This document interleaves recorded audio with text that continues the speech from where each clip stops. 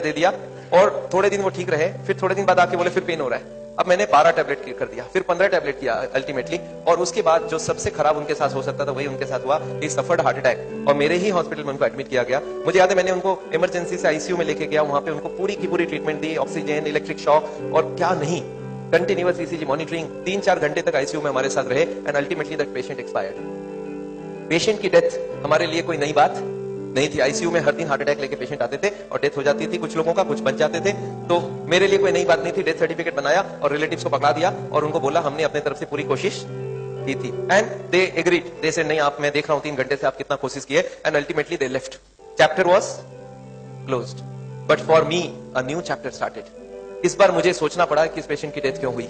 अच्छा, हम लोग डॉक्टर लोग जब भी कोई पेशेंट इमरजेंसी में आता था और डेथ हो जाती थी तो हम लोग क्या बोलते थे मालूम है, कि ये पेशेंट अगर थोड़ी देर पहले मेरे पास आ जाता ना तो मैं बचा लेता, हार्ट अटैक से पहले अगर इस मिल जाता तो मैं इसको जरूर बचाता। जो डॉक्टर इसको पहले ट्रीट कर रहा था वो डॉक्टर ठीक नहीं था, उसी की वजह से हार्ट अटैक हुई है। अच्छा, इस बार कौन था डॉक्टर पहले ट्रीट करने वाला? पहले भी मैं था और बाद में भी मैं था, तो गलती हुई हो तो दोनों तरफ से मैं ही। और दिस मेड मी थिंक कि अगर मैंने गलती करके एक पेशेंट को मारा है तो इसका क्या कारण हो सकता है, and this is what I started thinking. And then I suddenly realised कि वो पेशेंट जब मेरे पास पहले आए थे तो उनका खाना पीना बहुत गलत था। खूब मीट खाते थे, खूब मक्खन खाते थे, he was not exercising, he was smoking.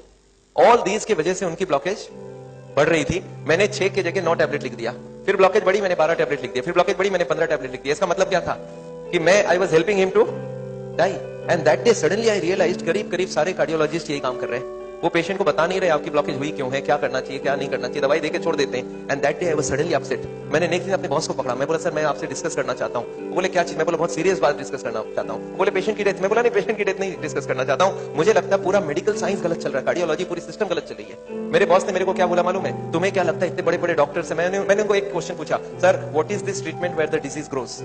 Treatment हो रहा है, बीमारी बढ़ रही है, कैसा ट्रीटमेंट है? मेरे बॉस ने मेरे को बोला तो तुम्हें क्या लगता है सारे कार्डियोलॉजिस्ट गलत रास्ते चल रहे हैं? मैं बोला एग्जैक्टली मेरे को यही लग रहा है, पूरा सिस्टम गलत रास्ते चल रहा है। उन्होंने बोला कैसी बात कर रहे हो, you are such a small doctor, you are questioning the medical science. मैं बोला सर मेरा कॉमन सेंस बोल रहा है अगर बीमारी रोक नहीं रहे हम लोग तो कर क्या रहे हैं? मेरे बॉस ने मेरे को समझाया था, Vimal you can't change the system, तुम वही करो जो सारे लोग कर रहे हैं। पेशेंट क्या खाएगा क्या नहीं खाएगा कैसे रहेगा ये अपना हेडेक नहीं है, उनका हेडेक है। अपना काम है दवाई लिखो, बस चलने दो उनको, जैसा चलता है चलने दो। उनकी कंडीशन बिगड़ेगी तो दवाई बढ़ा देना, और बिगड़ेगी बढ़ा देना, और हार्ट अटैक हो जाए तो बचाने की पूरी कोशिश करना, और डेथ हो जाए तो सर्टिफिकेट देना, तुम्हारी duty complete. And that day I was very upset, and that day I made up my mind कि no I am not going to do that. और मैंने उस दिन एक काम कर लिया था, कोई भी पेशेंट मेरे पास आता था मैं उसको समझाता था कि देखो ये दवाई मैं दे रहा हूं पर ये दवाई खा के आप कभी ठीक नहीं हो सकते। आप सोच रहे हैं डॉक्टर दवाई लिख के ये बोल रहा है कि आप दवाई खा के कभी ठीक नहीं हो सकते। अगर ठीक होना चाहते हो तो आप अपने आप को चेंज करो, अपना खाना चेंज करो, एक्सरसाइज करो, वॉकिंग करो एंड ऑल दैट।